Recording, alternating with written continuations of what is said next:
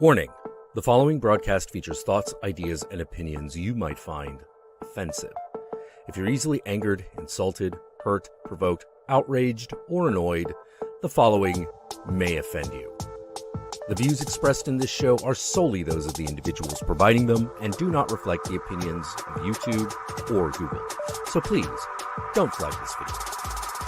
Viewer discretion is advised.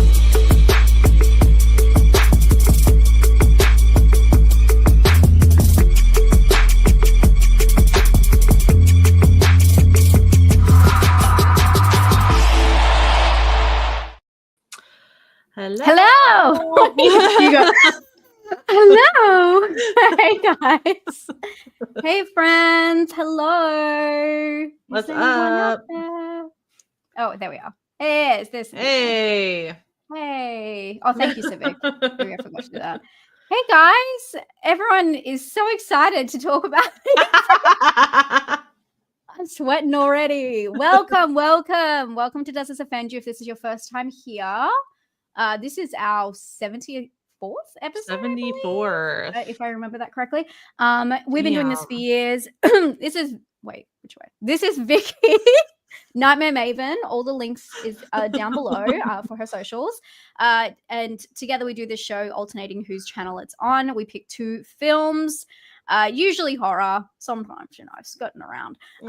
Two films that sometimes have taboo topics or just like linking themes, and we go through and pick out little aspects that we normally would kind of, brush over in a review. This time we get into the nitty gritty. We do a lot of reaching. It's just a fun title. We're not normally offended, but today actually might be different. But it's fun to talk about and discuss different themes in films and really break them down. So this is not a review, but really getting into the nitty gritty of the themes and messages and all that kind of stuff. Lots of different stuff that's included in horror. And full spoilers for both of these films today. We're going to be talking about full spoilers, which I actually think is not an issue since a lot of people have seen Misery, I'd hope. Yeah. And the other one, honestly, on any spoilers we really talk about, I don't think changes the film anyway if you did want to watch it. But yeah. Oh, thank you so much, DC. Thank you. I'm trying to figure out how to put that on the thing. Thank you so much. Thank you so much for your blood sacrifice. Thank you, Vicky. For your blood sacrifice. It's so weird how you spell misery last week. What? Did I spell it wrong? Probably. What do you mean? What does that mean? Where? I don't know, but I'll take the L because it's usually me. Okay. Thank you. Okay. Yeah, I don't know. Thank you guys so much for coming. Which one do you want to start with today? Do you have a preference, or do you want to just throw it to the crowd? I don't have a preference. We can. Okay, we'll do a poll, guys. Just one sec. Take it to a vote. I have a new keyboard and it's very scary. Oh, are all the it was $7. Off? So it's terrifying. I said I don't really care about keyboards, and now I realize maybe I do. I mean, I feel like the biggest thing is like your fingers get used to where the keys are, so when you change it, all of a sudden you're like missing. Yeah, I think that might be what's happening. Yeah, but I wanted, I needed one because we play Among Us so much on Twitch, but I need my other one to just stay for the Twitch keyboard. Which, oh my god, wild. Rock, paper, scissors. Let's rip the band-aid off and go Fanatic. Oh god. Okay, guys, well, the poll's up. You go for it. It's 55% on Misery already. Wow. So we'll see. The Fanatic is unintentionally funny. Oof. I don't know if funny is the word. It is wild times. Yeah. It is wild times. I had to take a break every 20 minutes while watching it. Yeah, that's fair. Dad's reimbursing me. Thank you so much, Dad. You did not have to do that. Thank you so much. Thank you for your blood sacrifice. Blood sacrifice. Thank you. I appreciate it. A lot. Ooh. What's the Fanatic? Well, we'll get into it. Don't worry. We'll do a whole intro. We'll talk about it. You'll hear enough of it. Oh my gosh. give you not the rundown. cockadoodie. I love that word so much. The cockadoodie? You didn't get out of the cockadoodie car. Yeah. So Great funny. word, Okay. cockadoodie. The Fanatic's winning now, guys. Okay, if you have, come on, guys. Last, I don't even know if is there a time limit on this? Oh, I don't know. 1 minute to go. 1 minute to go. Okay, not 1 minute to go. Okay, guys, come on. We're gonna count us down. 5. Wait, Andy has probably the most interesting. Yes. 5, 4. Get it. Honestly, if you want to hear misery, you better vote right now. The threat. Me threatening. Yeah. Hello, everyone. Welcome to the threat. Again, I just saw a bunch of you guys jump in and a bunch of you leave after I threatened you. But spoilers, it's full spoilers today. Full spoilers, okay? Full spoilers. Okay, full spoilers for the 5 people who just joined. Oh my God, it's 50-50. Come on, guys. There's only 24 votes, and there's at least. Oh my gosh, we are gonna get the rock paper scissors for it. We are literally gonna have to like flip a coin or something, huh? We can't. I guess we can rock paper scissors each other. Yeah. Okay. Wait. Yeah. Okay. No, misery's in now. Never mind. Keep it 50-50. Okay. All right. I don't know what you like to do with your time. Okay. Talk about half of each movie. Yeah. Oh yeah, we can alternate. We normally do anyway, to be fair. A little bit, yeah. Okay. A little bit. Wow, wait till 50 votes. We'll wait till 30 votes. So that's 2 more people. 2 more people. If anyone, no one's gonna vote. 2 more people vote. 2 more people. It's gonna be no one's gonna 1 and 1. Okay, should I just end it now then? We're at 57. I am ending it. Oh, 1 more. Oh, 30 done. Votes. I'm ending it. Okay, it's misery. I ended it, guys. I put an end to this madness. What a wild day. Okay. All right. Misery it is. Go for it. We'll ease in, guys. Misery is going to be the easy one to talk about. Oh, yeah. Hello. I've seen your rant, Vicky. So. That is true. We knew it was coming. It's Stephen King. Okay, so Misery. I think this is one we're probably all most familiar with. Directed by Rob Reiner, and it came out in 1990. Great year. After a serious car crash, novelist Paul Sheldon, I don't know, I wasn't alive. Paul Sheldon is what? It was my year of birth, so I love that you said that. Yeah. Anyways, after a serious car crash, novelist Paul Sheldon is rescued by former nurse Annie Wilkes, who claims to be his biggest fan. Annie brings him to her remote cabin to recover, where her obsession takes a dark turn when she discovers Sheldon is killing off her favorite character in his novels. As Sheldon devises plans for escape, Annie grows increasingly controlling, even violent, as she forces the author to shape his writing to suit her twisted fantasies. Yes, cute. That's starring the Queen, Kathy Bates. Yeah. In this, yeah, I believe after they did this film that she was written into Dolores as well because of her performance in this film. That makes sense. Yeah, she's great. Great in Dolores Claiborne also. I love that movie. Underrated Stephen King book. Love it. Love it. So good. Okay. Where should we even start? Okay. Well, I mean, let's just go head on. Right. I found a lot of interesting information about this one. But let's start with Annie's image, which I'm sure this is going to end in a rant from Vicky. It's like, everyone take a deep breath.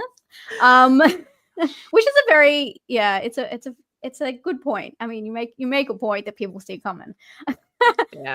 So I think this is very interesting when we do think of Annie, and I really want your feedback in the chat for this, because I think that she's a terrifying character that is kind of, I don't want to say not taken seriously, but more so beloved.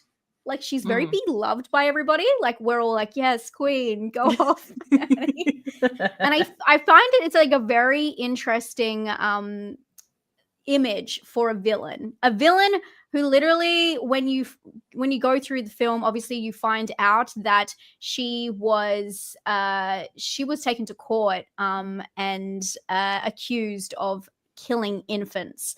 Honestly, it's one of those crimes that it does not get much worse. And yet we still go, oh, but Annie, she's just so cockadoodle. She's just so fun, so goofy. I think that part of this has to do with, obviously it's her and her caricature, but part of it's got to do with how we've seen her evolve over the years. And a lot of it does come back to this PR stunt in Barnes and Nobles in 2011, where it was for a theater production. They put an actor who did the whole Annie, going to buy a Paul Sheldon book, not being able to find one. And if you go back and you can find the information on this, where it's basically 60% of the people in the store are in on it. And it was kind of a joke, but then there's other people in the background who walk in. I'm sure you guys have seen the clip. It went viral only years later when someone found it online. But it's little portrayals like that where she's kind of looked at as something funny and silly, even though she's having a mental breakdown in this store. And they are using it to kind of like drum up excitement for this production, which I find is really interesting, because if you compare that, a great comparison would be Jack from The Shining, because it's very similar in terms of, another Stephen King character. And he is just seen as like an actual psychopath, even with the axe, all that kind of stuff. But Annie's like, literally, she's got, we see her like with an axe. Do you know what I mean? The hobbling scene and everything like that. But somehow she gets, it's interesting how we don't see her as such a threat. The image of her. I think that's we do that with female villains a lot. Yeah, I just think that's a really interesting difference. She's just so lovable, which is so fucked up to say, because she literally kills as well the sheriff, like point blank. Yeah. She's not. There's something about maybe the language she uses as well that people just don't find as threatening. Yeah. Even though she's off killing babies, which is totally messed up. Yeah. No. Yeah. I think she is a little lovable. Also, well, like her, like you said, the way she talks, like she's got the cute like pig Misery for a pet, and it's like, it's all done intentionally. Like when you first meet her, like it's all done intentionally. Like they're not gonna jump into the fact that she was accused of. Exactly. But it's meant to get more menacing as it goes, but it doesn't. Right. Do you know what I mean? We're just like, oh my God, she's such a character. And honestly, this is my biggest flaw, because you guys know I love stalker films, and I love it when they do that. I love it when you're like, oh, they're so unhinged. And it's just very interesting behavior compared to Jack Torrance, who's like literally, he's seen as an abuser and substance abuse as well, and like all these different things wrong with him and all of his flaws, and how scary he is and how he acts towards the child, towards Danny. But yet, like we can assume, I guess, that I was gonna say Kathy, that Annie actually did do this to these children, even though she was not convicted for it, because obviously we find out she is a killer. But she's just let off the hook a lot for us. It's interesting. Yeah, I think there's a bit of a punching up thing, just for like female villains in general. I'm not necessarily saying for Annie specifically, but I think that's maybe why as like movie fans or horror fans, we tend to, I don't want to say like give more grace to the female villains, but we have that like yes queen mentality. Towards them a bit. Queen. Yeah. Yes, queen, hobbling queen. Like, I think there's a little bit of like a punching up with that, where it's like we're used to being afraid of men. We're used to seeing men like that. So it's like, I think just real life more scary. We don't see it as often with them. Just a guess. I'm sure that's not the only reason, but I think the fact that it's Kathy Bates also has a lot to do with it, at least in Annie Wilkes' case. Like, well, I mean, this is probably my introduction to her, to be honest. Yeah. I don't know if this was like, my first film I saw her in, but like definitely the one that I identified her as an actress with, if that makes sense. Yeah. Interesting. Also, thank you so much, Rob. I've just wrote down that as a recommendation. I have not seen that film, and I love stalker films. I love them. Anything that can stop me from watching Single White Female for the 600th time. I love It's the good for her phenomenon, Michael. Yes. Yeah, but it's what is good for her though? That's I don't know if it is good for her. I'm speaking like in general because we mentioned the female. I get that, but does it apply here? Is my question. Oh no. Because she's literally stalking him before the car accident. Mm-hmm. She's like, it's not like he has wronged her. You know what I mean? Yeah, so it's a very interesting. I mean, I totally know what you're saying, but I think it's interesting that she falls into that category for a lot of us. I think it's that idea that just like bleeds into other movies where it's like we still feel that way a little bit towards Annie Wilkes, like she's become an iconic character, but then when you're like, does it apply to her? It's like, no, it's a hard like, no, it does not apply to her, but it's kind of like this mentality is just like permeated everything. Yeah, it's true. It's true. It's just so funny that we have such a soft spot for her. When she is literally just pure evil. Like she really is evil. She doesn't have one redeeming quality. She's really fun. Yeah, she owns a pig. Like that's like the best part about her. The pig's so cute. Yeah. Anyway, I just thought that was fun. I guess. Did you want to get into your attributions? Of course. I was gonna try and reread Misery. I've read it. Have you read it? I don't think I have. Okay. No, I don't think I have. I don't remember this description, but I'm not surprised, unfortunately. Oh yeah, I got direct quotes. Don't worry. Yeah, I was like reading it. Yeah, me and Stephen King, we got a bit of a rocky history. As much as he's changed, and I know I hear it all the time every time I get on Stephen King about his writing. Obviously he doesn't use like slurs in his writing anymore, stuff like that, you know. Okay. The one thing that like I don't think will ever change with him is that I really just think he's afraid of fat people. I really think he is.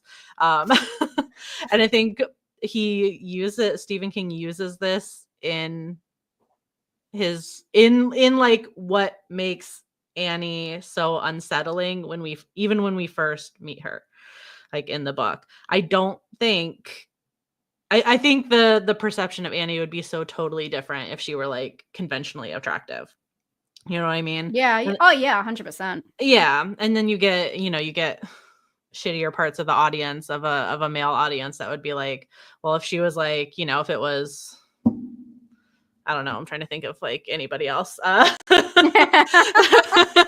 were like tying me up to a bed and hobbling me, like I would be like, yes, mommy, like they have like that reaction to it. But because she's like a frumpy character, she wears these like frumpy cardigans, and it's like kind of shapeless clothing. She's kind of a recluse. I think she doesn't have a husband or children. And with the whole just killed them all. Killing children thing. Yep. Sorry. But we all know that means she's more likely to be crazy. Yeah. We know this. She's not a crazy cat lady. She's a crazy pig lady. Exactly. The best kind. But part of like what's intended to make her unsettling or scary is her size. So I'm gonna read a passage from Stephen King. Yeah, guys. Before you scream, listen to this. So this is right from the book. All right. So the image of Annie Wilkes as an African idol out of She or King Solomon's Mines was both ludicrous and queerly apt. She was a big woman who, other than the large but unwelcoming swell of her bosom under the gray cardigan sweater she always wore, seemed to have no feminine curves at all. There was no defined roundness of hip or buttock or even calf below the endless succession of wool skirts she wore in the house. She retired to her unseen bedroom to put on jeans before doing her outside chores. Her body was big, but not generous. There was a feeling about her of clots and roadblocks rather than welcoming orifices or even open spaces, areas of hiatus. What is that bit when she's not even an ankle? Not even. He's like, please give us something. Nothing. We can't even see her calf. The calf. That's what it is. That's God so funny. damn. It's just like it's just so. And let me tell you, the man's got away with words, but it's like it's so gross. Like there's a feeling about her of clots and roadblocks. Like, yeah, I will say it's interesting. He didn't. Normally, he brings up their boobs as well. Where's that? I'm sure it's somewhere else. In the he did say unwelcoming swell of her. Oh, bosom. sorry. Yeah, sorry. Okay, he's there. That's the check. It's not Stephen King book until he talks about someone. He didn't mention it a lot because it's unwelcoming, Emma. It's not. He's not attracted to this set of bosoms because she's not fuckable. Good to know. Yeah. I wonder if it also changes like the whole dynamic of what we were just talking about with her being non-threatening. I don't know, because there is an element of like sexual desire that is removed from the film because of the way. But also I think that goes into a lot of like the Christian values. Like she's barely swearing, so it's not like she's True. Yeah, it's a very interesting dynamic. It is. But he does not help. No. And throughout the book, like this is like her introduction, so that's like kind of the worst of it. But like throughout the book, it's like he just has to keep reminding you that she is like a solid force. Like she is like girthy, she is wide, she is like that. Like that's so crazy. Like, but he doesn't do that obviously with the main character of the book either. No. Remind you. No. Okay. Yeah, it's just I feel like that's just it's interesting because if you try to imagine her as like anybody else, like somebody conventionally attractive or model thin, like I don't think it, like she becomes a little less threatening. Yeah. Weirdly. I wonder with I have not watched Castle Rock. I saw someone else mention it because the actress who plays her before, I wonder if that changes any of the dynamic in the prequel. I know obviously it's not connected to this, but I wonder if that does change it. And if you do see, maybe I need to go back and do my research. Who but plays obviously her? that's added in. Yeah. The girl who plays Janice in Mean Girls. Oh, interesting. Yeah. Okay. Yeah, I might have to, or I'm sure there's like clips or something on YouTube. I might have to just go look and see if it does change anything. Yeah. But I wonder if you'd probably see also her progression and her personality. You know, obviously prequels show someone and where they came from and how they got, into that situation. And I'm sure it does the opposite than what we think, because it probably lends to it being a good for her story, because we probably see her go through some hardships and go, oh, well, maybe she didn't mean to do that to the babies. You know, like it gives her some outs. Versus this, where probably she's just like frumpy and wide. Yeah. Yeah. But versus this, where she's just like frumpy and wide, and like therefore it's just very much the feeling of like she is not getting laid and therefore she goes crazy. Like Yeah. And I wouldn't bring it up if Stephen King didn't bring this up anytime he's got a fat character in his books. Well, someone brought up Thinner as well. I've only seen the movie, but that is a wild movie. That's like the most damning piece of evidence. Yeah. I think a wild movie. Eddie Kaspbrak's mom. The list goes on and on. Like it's like it's an object of horror for him, and that's just why I bring it up specifically with Misery, because I've read enough of his stuff and read enough fat characters from him to know that it's like it's a point of horror for him, which I think is interesting. I think if I met him in a dark alley, I think he'd like run away screaming from me. Oh my god. Well, I guess speaking about Annie and all of her, we've gone through poor Annie. We're really putting her through the ringer today. But we kind of have to, so we can be fair for both of these films. Yeah, that's true. But what I found really interesting about Annie as well online is all of like the armchair diagnosis that she's got. There is something to say about diagnosing fictional characters. It happens a lot in horror movies, sometimes for good reason. Sometimes because, over time, obviously Annie has become beloved. And so people want to, figure out more about her and talk about that. But what I found interesting is that there is actually a forensics psychologist who is on the special features for one of the DVD versions of this movie who diagnoses her. That's wild. But of course, they say it in a way that she has features of these things. But she says they say things like, and they name things. This is where it becomes an issue, right? Because they name things like, and she gets a whole list. It says bipolar disorder, BPD, schizoid typo, obsessive compulsive, sadomasochistic features. It goes on and on and on. Like that's just some of the stuff that I wrote. But it's interesting when we're going to talk about this with the next film as well. But then the conversation, I guess, is there a responsibility in horror for us to stay away from this when we're talking about a villainous person, or what is the responsibility, especially here, of the author and actress who needs to look into this for research for their character to make sure that they do an extensive background research and they're not getting things wrong. And, at what point does it become fiction and the realism of talking about someone with mental illness like overlap? Or do we just have to keep saying like they're unhinged? Do you know what I mean? Just to keep it broad.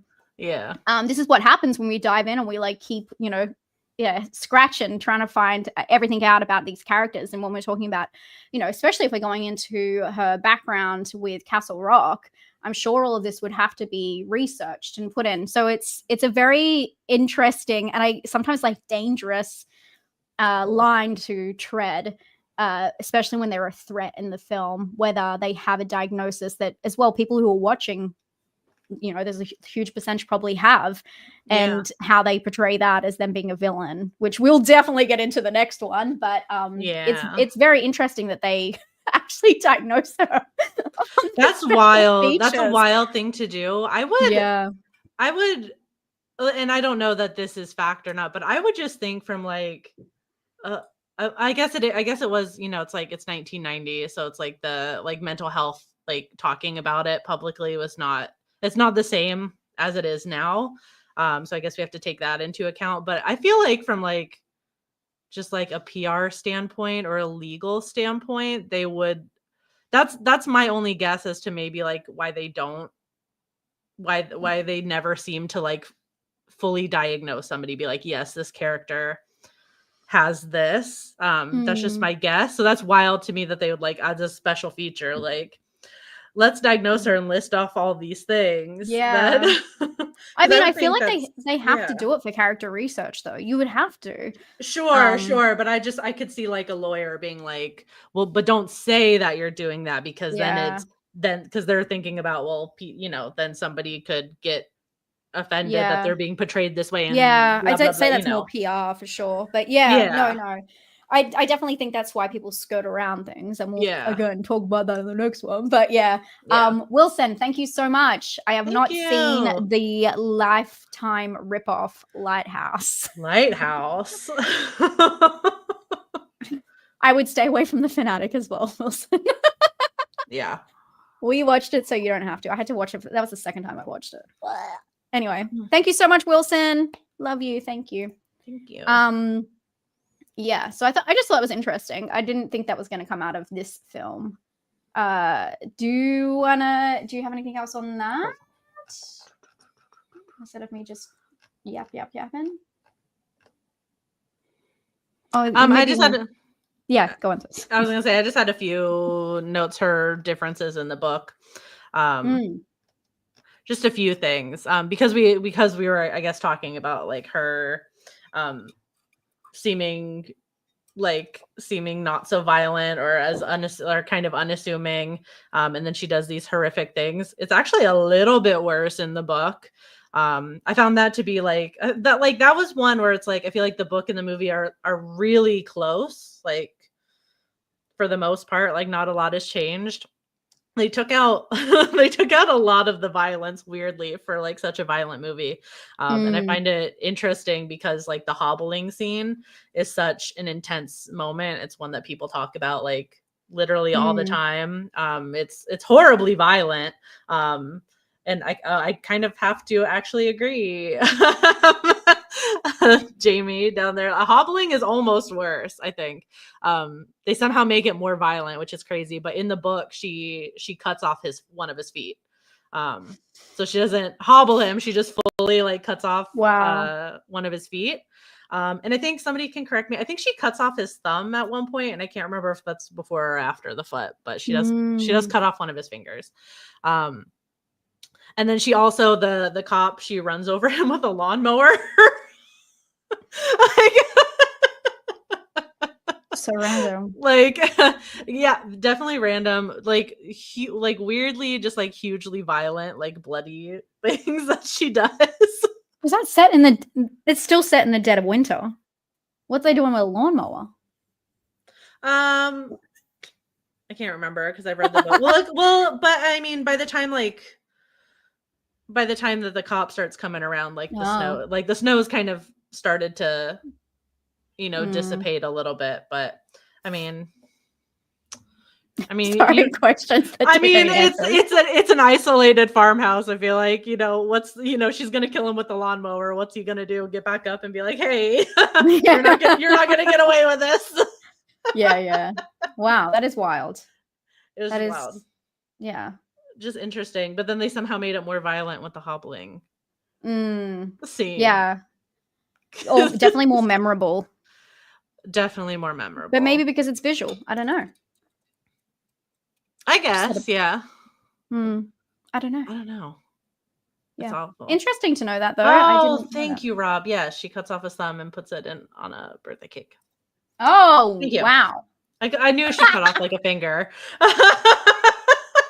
What a freak. That's like crazy. It's really violent. Like the stuff that she does is like, I feel like it's a bit more like, at least when I read the book, but maybe it's because I read the book after I'd already seen the movie a bajillion times. Like I knew, how evil she is. But I get the sense like the book Annie Wilkes is a lot more like straight up. Like there's nothing like really redeeming about her. Yeah, sounds it definitely. All right. Well, I guess going off that exactly, with the book, there is a deeper meaning. I never even thought about this, which is, I don't know if you picked this up. Everyone seems to have picked this up. I didn't even think about this, but it's although like of most of Stephen King's, I guess more famous adaptations are about a writer. It's not too. It doesn't stray too far. A lot of writers write about being a writer. Write what you know, I guess. Yeah. And exploring his fear of fanatic fans. Stephen King did come out later. I think it was 2 decades later after the book, saying that it wasn't about a fan at all. It's actually meant to be a metaphor for his own substance abuse. And it's meant to represent his dependency on drugs, and being locked in her house. And every time he tried to escape was like him trying to give up. Everyone knows that he had a very intense addiction to snow, if you know what I'm talking about. And yeah, it's all making sense now. Yeah. And he said in the Rolling Stone that Misery is about snow, and Annie is snow. and she was my number one fan, with his connection to that, which is so sad. He also wrote in his memoir about a part of his brain that he recognized the depth of his addiction and began to scream for help in the only way he knew how, through fiction, and through monsters. So this, like, writing this book was a way for him to kind of talk about his dependency and escape it, which is super sad. That makes sense, because what Paul Sheldon writes in the end, what he ends up like writing and is kind of about, and I'm not remembering if this is in the book or not, but he writes about the experience with it, and that helps him. So that, I feel like that tracks though. So that makes a lot of sense. It's like it's super meta. It ends up being super meta. It does. And then even more so because here's some tea about filming. Not that this is like, I mean, it is substance abuse to a certain thing, but it's just binge drinking. So James, is it James Caan? Is that how I say it? James Caan? Yeah. So, he actually he was told by the director at one point, there were some problems at the lab, and so we need to reshoot something. Mm-hmm. And later he realized it's because he was drinking really heavily at an award gala, and he showed up late and hungover and underperformed. And so his boss, the director of the film, literally let him get away with it and didn't want to like cause any issues, and said that there was a problem with the footage, instead of just saying like, hey, like you fucked up. And they had to reshoot a bunch of stuff. And when James found out, he offered to pay for the day of filming, which I thought was really interesting. Just coming back to the substance abuse, I guess. Yeah. Imagine that. Could you ever, a boss who makes up an excuse for you to lose thousands and thousands of dollars. Yeah, I just thought that was really weird. But it does seem like there was a bit of tension behind the scenes anyway. Although I believe when Kathy got an Oscar, she thanked James, but they had very different. Like, well, she doesn't have to. I know, but you know what I mean. Like, it would. Yeah. I feel like that would just make the tensions worse if she didn't. Yeah, true. She was talking. Has said on record that her and James had very different acting styles, and she has a theater background, so she likes a lot of intensive in-person rehearsals, and he likes to just kind of show up and do it fresh and do as little reading as possible. And Kathy got really frustrated with this, and the director told her to channel this towards her aggression towards him in the film. So I think it has something to do with like the final product, which I think is just funny. I don't know, I just thought that was really interesting. When I read that, I was like, what if now I'm just creating like a conspiracy theory. What if Rob Reiner didn't have to let Kathy Bates know that, like, hey, because James Caan was hungover, we got to reshoot this and cause more animosity. The whole like problem at the lab like served a dual purpose. Yeah, probably. Yeah, you got to wonder how much of this is not said. Like, this is just what's on record, so who knows? Yeah. But yeah, I thought that was really interesting. I guess now is the point where we ask, right? If I can figure out how to do that, guys. Well, I'll ask you, Vicky. Wait, where's my ticker? Where's my ticker? I don't have it. There you go. There you go. Vicky, did misery offend you? No. No. I do really enjoy watching this movie. This was I made sure to watch this one second because I was like, I know I'm at least going to enjoy the time.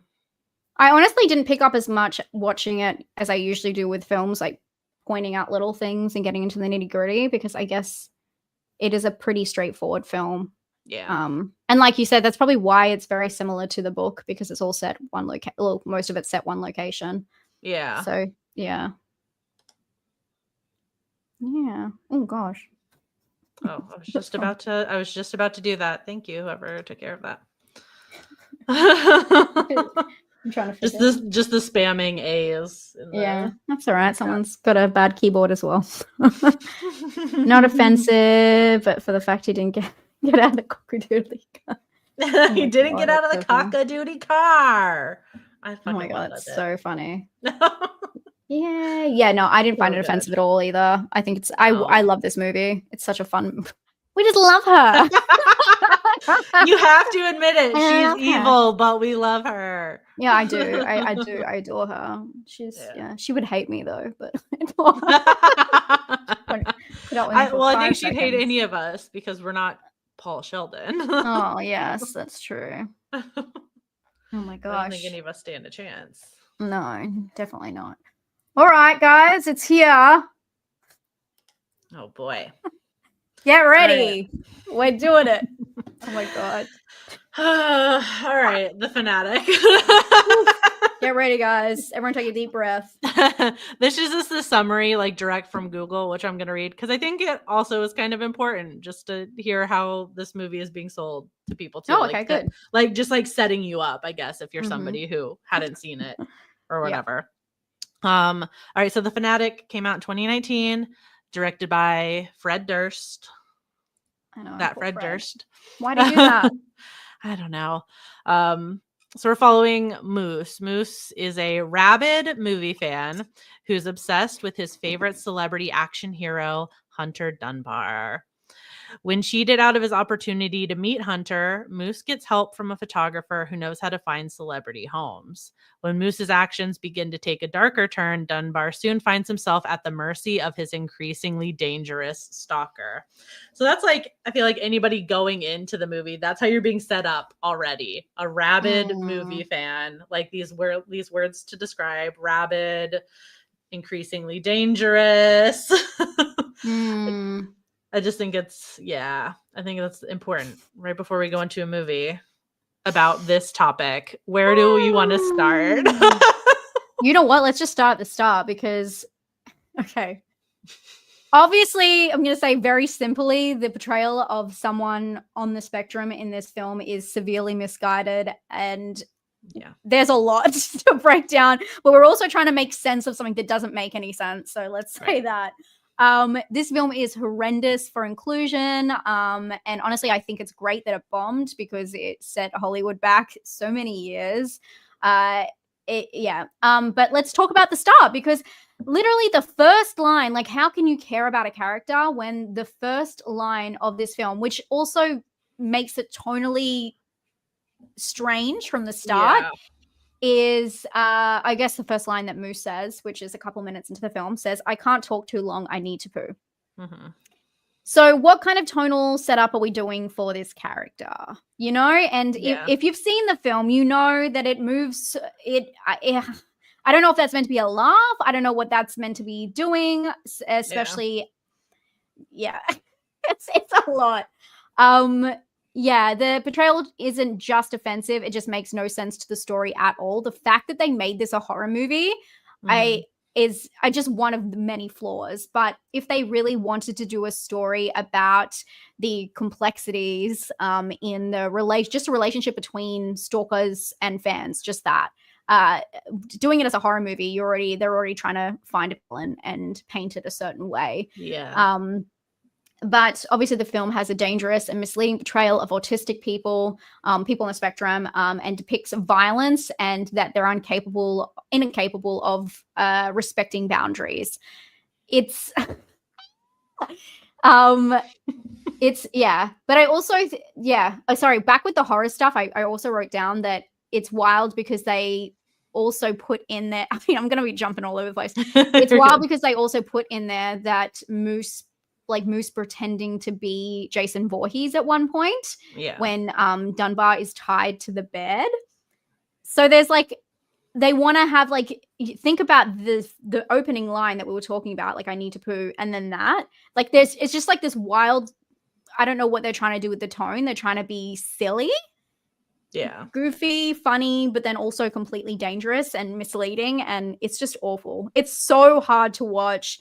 It feels like the film was made by big celebrities who only considered their own limited experiences and reduced anyone they don't understand to a threat. What's really disturbing about, I mean, so many things, but one of the disturbing things about this is that Fred Durst has said some weird things about what or who Moose is based on. He said in one article, these are like conflicting, I felt. It's all over the place. Yeah. I felt like there was so many interviews. I watched a couple and there was so many interviews where they tried to ask them direct questions and they just skirted around the whole thing. I'm like, why would you make something that is so on the nose and so like fraudulent and then like skirt around it? Like say it with your chest, you know what I mean? Like if you're going to say it, if you're going to put this film out there, at least say something. And then they were trying to be like, oh, we don't really know what's happening in this film. I feel like that was the PR person stepping in like at 0 hour being like, okay, well, the movie's already out. You cannot say this stuff in interviews. Maybe. I don't know. Keanu, I would definitely disagree. But yes, so Fred Durst said that the Moose is based on someone who was stalking him, and that also wore Hawaiian shirts and had a backpack, had sneakers, shorts, all this. So exactly how he dresses in the film is based off Fred Durst's own stalker, which I thought was very odd, because imagine being this guy and then they've put out this film as well. Like, that's a lawsuit just there. They've literally based it on somebody, and we have no idea. I was trying to figure out who this person was too, because I was like, I wonder if they've said anything. I think that is so wild. But then he also said, this is going to be very strange. He also said that the interaction is, like, the whole film is based on an interaction he had as a child, where he was obsessed with this pro wrestler and went up to him in this gas station, and it just was one of those, like, never meet your heroes kinds of things, where he said that the interaction hurt my feelings. So he doesn't really talk about what it was, but he said that he was really let down by it. And I guess he's carried it through the years. So I don't know what the frick went wrong with, like, the writing component of this film, because it does not show a balanced portrayal of both, where I feel like it was maybe trying to at one point, but it just falls flat on its. That's all we can kind of get out of it, is that's what it was meant to be. But honestly, that's just us trying to make sense of the mess, the absolute mess. I just feel like it's all over the place. The whole film is inconsistent, all over the place from the start. Yeah, and I think you're right. I think he did try to cover his tracks a little bit by making the Hunter Dunbar character like an asshole also. Like, they tried to throw in a couple of scenes where, like, not just like him being defensive or something like that, like him truly just like being a dick, to try and be like, see, like, he's not a good guy also. I think where it, with his character, it gets mixed up is because he has a kid. So, like, him protecting the kid adds a different dynamic to it, which is just going to add more points to the, like, Moose is the villain side, because now, like, a 100%. child is involved. Not that I think, like, just completely taking out that character would make this completely even. I think it was like a half-assed attempt to be like, well, this star is also an asshole, and like well, I feel like that's what they were trying to do as well, with, in terms of Moose and how he leads into the aggression, because he has these side story where these kids are, like, bullying him, these, like, degenerates on, like, Hollywood Boulevard. They keep bullying him, and then there's this guy that he interacts with who's like, you need to stand up for yourself, and you see it, like, it's almost meant to be like Moose reads that and decides to stand up for himself in a different way. And I mean, he does, like, scare the bullies in the end, but then he, like, stands up for himself against Dunbar. So it's like, it's all of these little things that you're meant to be kind of, I believe it's meant to be trying to show you why they get to those points, but the characters at the same time of showing the complexities between the interactions and why they're acting that way and their motives, they're so 2D. Like, Dunbar is, like, the most so average, like, Hollywood celebrity. If you're trying to show the complexities and why people may have negative interactions, if you want to call it that, like, you can't be giving you, like, just these really unapproachable, like, they don't give you anything. They're just like, this man walks into a shop and then someone tells him to stand up for himself. Like, it's just not a very alluring design. It's not written very well. No. Well, and I think it's coming from, personally, I think it's coming from a weird, like, power dynamic, like what you kind of touched on anyway. Like, if I know he has, like, the two different stories where it's like, I feel like he was trying to put himself more on the side of the Fanatic character. But, like, if it's coming from a moment of, like, being stalked, like, as a famous person, that's like a weird power dynamic, like, coming from two famous people who are only ever going to be on one end of this, like if they're being stalked or they're being harassed by a fan, so they're obviously going to feel the way that they feel about it. So I feel like that tracks for them trying to, like, maybe make Moose a little more, like, humanized, but it just, like, it doesn't work because they don't understand. That's the thing. They need someone in there for perspective, and they should have done exactly. I mean, we'll get into it because there is a weird connection with John Travolta, but we'll get I can't believe John Travolta's in this film, but we'll get into it with, I mean, you can, I can't, but it's just research maybe another 600 drafts of the script was needed. Do you know what I mean? Like, we just need more eyes on this project. Yeah, I think that's definitely an ish. No. And it just doesn't make sense. I mean, like I feel like the PR, like I got the same thing as you, like things were like all over the place. I saw a quote from John Travolta where he was talking about like that he understood the character. He said like, quote, "I understand the unrequited love of a fan."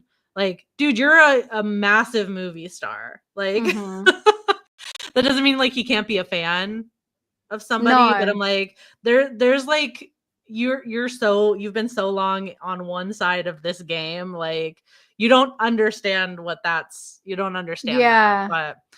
But he said like, quote, "I have a lot of moose in me," and like I think we all have a little bit of moose in us also, which also proves, like I saw so many articles saying like this movie hates you, and I'm like, this movie does hate us. Like yeah, I don't know what he means. And it's interesting because I didn't put this down, but I was watching another interview and he was talking about this interaction he had at a dentist office, and there was a dental nurse working on him, and he was really nervous. She was really nervous, and at the end he like literally said to the dentist, what's her issue? Why can't she get her shit together? And the guy, the dentist was like, she's nervous, you're a huge star. And he's like, oh, and he was telling this in like an endearing way, that he was saying like, sometimes I forget I'm a star. And I'm like, so which is it? This is what I'm saying. Like, which is it though? Is it like, this is your experience, or I'm just like a normal guy? Like, give me a fucking break. Do you want to get into the John Travolta stuff? Okay. The John Travolta of it all? Okay, so this is the interesting part. And I did a review on this film when it first came out. And a lot of people told me this in the comments, but I've never found a verified source that this is actually the connection.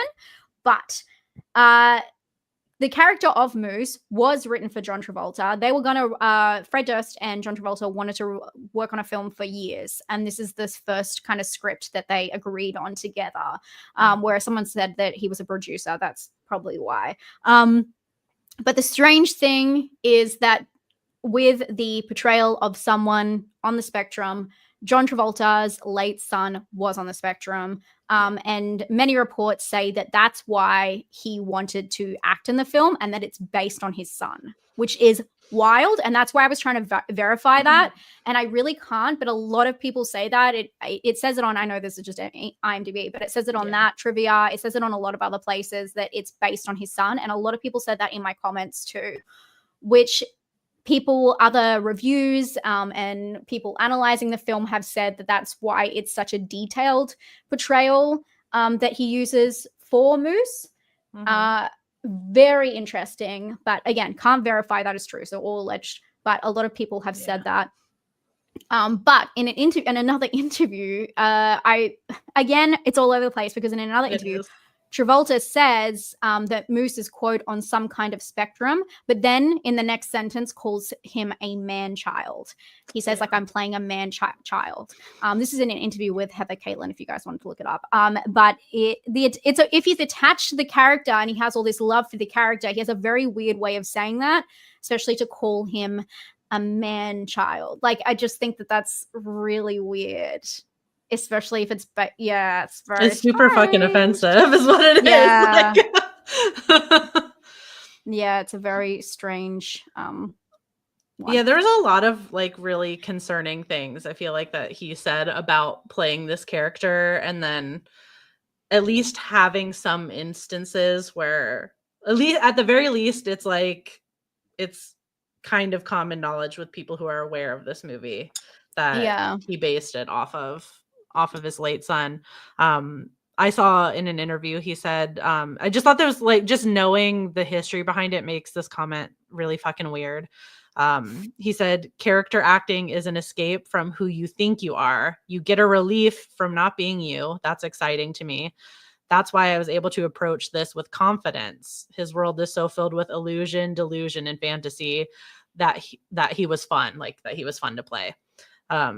I could stay in character longer with him. The innocence in his heart is so pure. Like, I just feel like all of this evidence and the stuff that he says about it, like they're like, I'm sorry to anybody in the comments. Nobody can convince me any different. Like, he knew what he was doing. Fred Durst knew what he was doing. And that's what pisses me off about this movie. Like, there's no way like you could make a character like Moose. Like, they chose like such, I don't know even know if like stereotypical, but they're like common traits you might see with somebody on the spectrum. There's no way you did that in 2019 and didn't know what you were doing. And especially if he has a son who, you know, exactly he knows someone in his family. And this goes back to like what I was saying about like, okay, if you want to do a film about that is short, and, you know, obviously probably would have been great to get someone representation that, you know, actually is on the spectrum, or actually, you know what I mean? But yeah, why make it a horror film if you want to show that complexity? Or if you want to keep it about stalkers and fans, just keep it and write what you know, because you're obviously not writing what you know. Or third, bring in a fucking professional to like go through this and make sure you get it right. Like, you have so much access to everything. Like, this film bombed and they're fine. Do you know what I mean? Yeah. They have so much access. If they really wanted to do something that they felt so strongly about, they could have done it right. It just seems like such a waste in so many regards. Either way. Yeah. And it's just so irresponsible with how much harmful rhetoric there already is out there about autism and just being on the spectrum in general. With, you know, there's really bad like influences and organizations out there that claim that autism is something that needs to be cured. You know, like suggesting you can't be a functioning member of society if you're autistic, which is absolutely ridiculous. Or even like some of the most harmful like things like that vaccines cause autism, like just complete bullshit. Yeah. But he's a Scientologist, isn't he? Travolta is, yeah. So there you go. Yeah. But it's like, but I mean, like, he's not, you know, he wasn't the only person at the top making this movie too. But it does like, it seems like it went through so many people. It does not seem like that. It seems like these guys are just spitballing and they're like, you know what? Let's make him wear the Jason Voorhees mask. That's so funny. It's just so, like, and that part was just like such fucking low hanging fruit, like so lazy, like that he's also a horror fan. Yeah. Like, how many fucking times have we seen that? Like, oh, the horror fan, they get too crazy and then they're the stalker now, they're the killer. It's like, boring, next. Like, yeah. It's dumbfounding that Travolta knows somebody. Knew somebody and lived, you know, like that's what's so great. When I found that out, I was like, whoa. But that's why there's certain details in the character that I think it kind of makes it sick, because he's kind of drawing these details, and then what is he saying about his like late son? That's so fucked up. Yeah, it's really concerning. It is. Like, he's making that connection that people like my son can turn out to be this way. Yeah, that's harmful disgusting. As fuck and disgusting. Yeah, it is. And it's just it's wrong. And I guess in a lot of interviews, I found they didn't even stay on topic about the film the whole time. A lot of it was cut short. It was like, oh, and what are you working on next? Because I feel like they weren't allowed to ask that many questions, and they were really skirting around the issues. And like you said, like sometimes they confirm what they think the diagnosis is for Moose, and sometimes they didn't. And I feel like they slipped up quite a lot, because you're right, they knew exactly what they were doing. It's written in some interviews, and then in others they're like, we don't know, like someone's dealing with something. But yeah, I don't know. Just like the first line of the film, I was like, I can't believe that that's how they open and that's how they introduce the character. And it's just so inconsistent. It's just so inconsistent to his character as well. Like, again, if you wanted to do this, make it a drama, like, and do it right. I mean, it would have been, no matter what, there's going to be people who have thoughts and, you know, concerns, feelings about it, which makes sense. But at least put some freaking care into it. If you care that much to make a movie about this, put the time and energy into it, you know, like what the heck? The tonal shift, it was almost like they made Moose and this character on the spectrum both the villain and the butt of the joke at the same time, which is like the only thing I feel like they successfully did in this movie. And it's just like not one bit of it was like entertaining to watch for me. I was like, this is like pulling teeth. I would have rather just gone to the dentist and got a bunch of fillings. Yeah. And it's just so messy as well, because it's like, It is. what happens next? Like, how it escalates is really wild. It's really all over the place. And then I like wonder how what much they even cut out. yeah, and then what even like fucking happens at the end? Like Oh yeah, the end is so wild. and then so Hunter Dunbar gets arrested. And Yeah. so that's supposed to be like what? Like, oh, and now he got his comeuppance? Yeah. So yeah, I looked up to see what the interpretation of the end is, because it doesn't make any sense. Yeah. But basically what they say happens is that Dunbar gets arrested for the maid, or the cleaner. Basically that he gets framed for that. And it's like, well, surely there's an investigation that's about to happen. Surely he has security cameras in his not even million, like $20 million mansion. So surely there's going to be some evidence of this break-in. Like, what do you mean that he gets, like, that's so And also like crazy. it's also just like you said, messy, because we see Moose kill her on accident. And then we don't hear about her again till the end of the movie, where it cuts to her body. Are we meant to believe like she was just laying in the yard for days? And no one noticed? I don't know. Yeah, no one cared about her. I mean, well, I believe that. I believe like that the characters did not care about her. Except for yeah. I mean, Dunbar was allowed to smooch her whenever he felt like it. Jesus fuck. Yeah, I guess I haven't really touched on Dunbar, but it's funny because I found again in an interview Travolta called. So honestly, the interviews for this film are wild. I can't believe he went on record talking about this. So Travolta called Hunter not a bad person, a bad celebrity. I was like, what the fuck? He's a bad Don't person, ever say that. That's the stupidest thing you can say as a celebrity, because he's saying that basically when he threatened Moose after he came to his house and he like wrote on his shirt, and even when he like interrupted his conversation with his ex-partner, whatever's going on there, that is a bad celebrity, not a bad person. I just don't understand how you can, where is the line? I thought that was weird. And it clearly shows he's a shady person. Obviously, we know about like, you know, his smooch and the help. All that kind of stuff. Whenever he's like on the phone, he's like, I kissed her again. It's so like, wild. What the fuck is happening? Yeah. And again, it's just sloppy in 2D. So there's no, there's no addition to that. But I just thought that had to be said. Thank you so much, Eleanor. Thank you, Eleanor. Sorry that you came into such bad vibes. I apologize. Oh no. Usually it's like, it's not this deep, guys. Usually we're pretty lighthearted, but this was really a choice. It really was. Thank you so much. That's so sweet of you. Also, I know it's been said. I saw Maddie said it. I know it's going to be said, but this Stan reference. It has to be said. It has to be said. Why was Sawa in this and not in the reversal role? Because there is literally one part. So obviously, you guys know, I will hope you know, Eminem has a very famous song called Stan, and Sawa's in there, who plays Dunbar in this film, but he is Stan, which is where the term Stan really comes from, a stalker fan. So that's pretty crazy lore.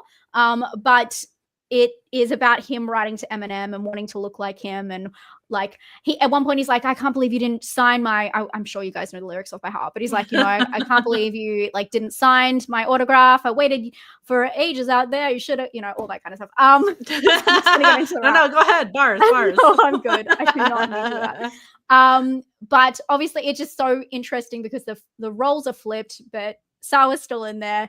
But there is a part of the film where I feel like it is taken directly from that, at least that film clip, because Moose writes a letter to him and he's like, I can't believe you didn't. And I just like, why did they not do him sitting on the table doing the exact same Stan thing? Because it's such a reference. And that's where I wonder if we are going to reach as much as possible. Why did Fred Durst just pull this out of his ass and say like, oh, I came up with this? Did he just really write a version of Stan and we just stole the idea from Eminem? It seems like, I mean, honestly, I feel like that's super plausible. And then he just tried to pull like any example from his life that he could have to make it seem like, yeah, this is why I thought of it. And it's totally a coincidence that Devon Sawa is also in this. Yeah. I just think the connection, like one of the things that he writes is almost like, because in the song, he says, we waited like hours outside the concert. You should have like signed it. And basically he says we the waited same hours. thing. Yeah. Yeah. He's like, I waited in the line. You've really got to sign this, you know? And then, yeah, it's so funny. Thank you so much, Matt. Thank you, Matt. I'm really sad because I've got to come clean, guys. I'm a Limp Bizkit fan. I'm amongst you. Obviously not a fan of this film at all, but I do love Limp Bizkit. I can't help it, girl. I'm as white as they come, guys. It's just one of those days. I don't like Eminem though, but I like Limp Bizkit, which makes this situation so much worse for me. So much worse for me. Just the hot dog flavor water, okay, guys? Just new lore drop, guys. New lore drop. How can I not be? I'm like a 90s gal. It's so good. I get it. I was in middle school once. Yeah, once. Thank you so much, Matt. But yeah, I did think it was weird that they had to like do that thing. But also, people may not know this, but Fred Durst is in another horror film recently. Maybe you guys missed it. I don't want to say it because I don't want to give away anything. But yeah, did you say it? Yeah.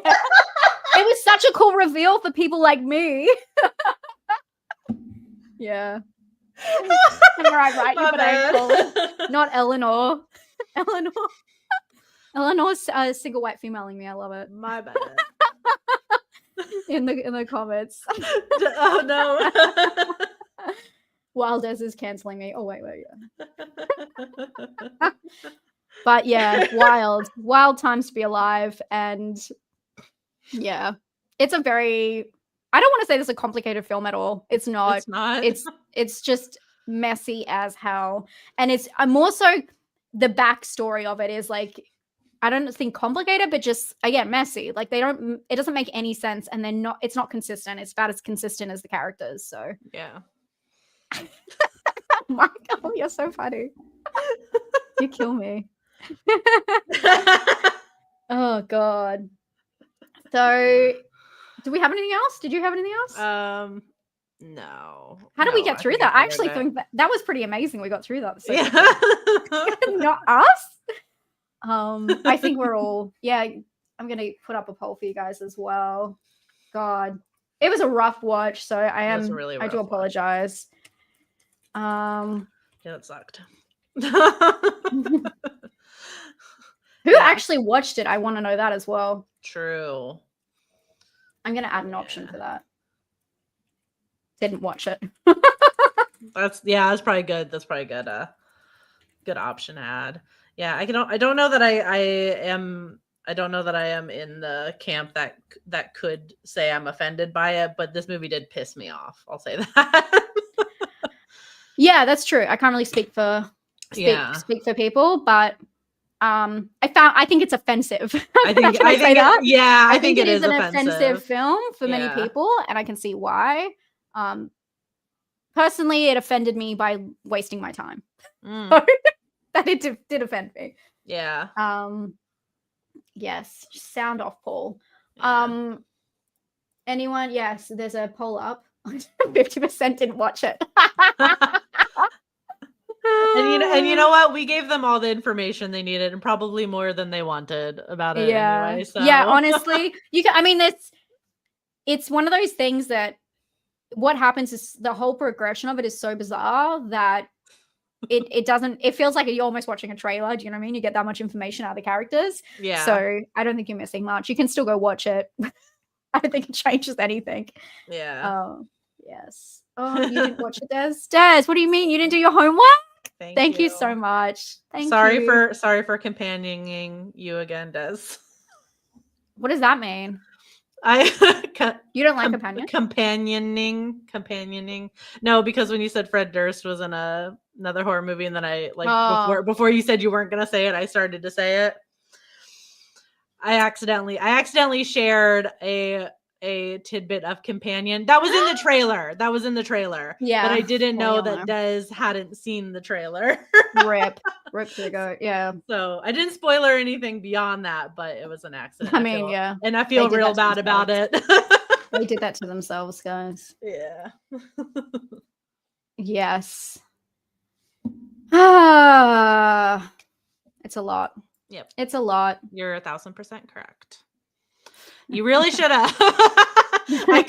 I could see it coming. I was like, I'm watching Misery second. I'll have a better time with that one. Yeah. Oh shit. Yeah, there you go. I'm just looking at some of your comments. What the fuck is going on? What is happening in the comments? We love it. What do you mean? We're not going to put that on screen. What? Was that in? I would like to think that that's in Annie's character, but she doesn't swear. True. Yeah. I was like, what is that? She What is does that not swear. outburst? Okay, guys. All right. I've been here 2 minutes, but we're falling apart. Oh no. Oh my god, Rob, stop. That's so funny. Okay. We've had enough. Pack it up, guys. Pack it up. Okay, wait. What does the poll say? 35% said yes, but 52% did not Didn't watch it. So 30% said no. What a wild film. Yeah. We're not normally offended. Oh god. No. Am I still here? My thing shut off. We're not normally offended by films at all. So no, this is like one of like 3 that we've actually like. Oh my god. Okay. You don't have to answer this, Vicky, but thank you, Wilson, so much. Wilson, thank you. I appreciate that. Let's not call people out like that. So rude. Love you, Wilson. All right. Oh. Okay. All right. Everyone's getting yeah. Okay, everyone's scratching strays. Okay. So Vicky, what do you got going on your channel right now? Oh, right. I posted earlier this week. I ranked all of the neon horror movies, neon rated horror movies. And then tomorrow I'll have my review of The Monkey. Woo! Okay, I'm interested to see what you thought. Spoiler for you for sure. If anybody goes to see it this weekend, there's something fun at the end of the credits. Mm-hmm. I won't say what it is, but it's fun. I only know because the articles all said it. I didn't. Yeah. If you do, it was honestly, it looks real surprising. good. That's all I'm gonna say. Oh, great. It looks really good. That's what I want to hear. And that's all I'm gonna say. Lane, are you for real that you've never heard Stan? I think you're joking. I don't know if you're for real or not. Like you've just never heard. Wait, just never. You never heard the song? I know, Lane. You're my age. You've heard Stan. Or just didn't know the term. I'm gonna listen to this Eminem song I've never heard. Oh, why do you mean you're for real? You'll know it. It's Dido. You know Dido? It is a Queen. Said no. He said no. I'm for real. Oh my god, that's so wild. You know it. Anyway, I just put up. Speaking of companion, I just did a video on the twist that people aren't talking about companion. Yeah, everyone's talking about what's given away, what's going on the trailer and everything like that. But this is the big twist that people, I guess, didn't take away from it. Anyway, so it's a breakdown spoiler. Now that the film is out on digital for streaming, I thought I'd go through. I love doing that because then I can go through and actually, look at every single frame and find out all the stuff that I wanted to. So went through a couple of times and found some stuff that you may have missed. So go check that one out. And I went to The Monkey early in the week. Hell yeah. That's up, spoiler free. If you want to come along with me, if you want to hang out with me after this, please do. And that's it. We're back on Twitch again as usual. And Vicky's on Twitch too. I think Twitch link down below, maybe. Yeah. No, I started the Quiet Place game. Oh yeah, how is it? Because I haven't played that. When I started, the chat voted for me to do it on easy mode. So right now it's fine. Oh, okay. I haven't played that. It is fun. It's super scary. I will say. Yeah. It's very stressful. Yeah. Heart rate was up. I started playing Outlast Trials. Oh Jesus. It's very stressful. But I love it. I love Outlast. It's so good. But yeah, Outlast Trials, I played that yesterday on Twitch for the first time, and that was wild. But thank you guys all so much. Thank you everyone who showed up today. I really appreciate you guys being here. Thank you for the chat. did not disappoint. Very good. And I hope you guys have a fantastic day and weekend and go see a movie that you like or watch one at home. And what is going on? And there's so much going on. Anyway, I hope you guys all have a fantastic day and we will see you online somewhere. Yeah. In our respective places. In our respective places. We'll be staying in our lane. Okay. Have a great one. Thank you guys so much. Don't forget to follow Vicky because next month it's going to be on her channel, but you'll want to check out what she's got going on over there anyway. Okay. Have a good one, guys. Bye. Now it's when we wave till it ends. Thank you guys so much. Thank you to everyone who donated today as well. I really appreciate it. Bye, guys. Bye. What if I just never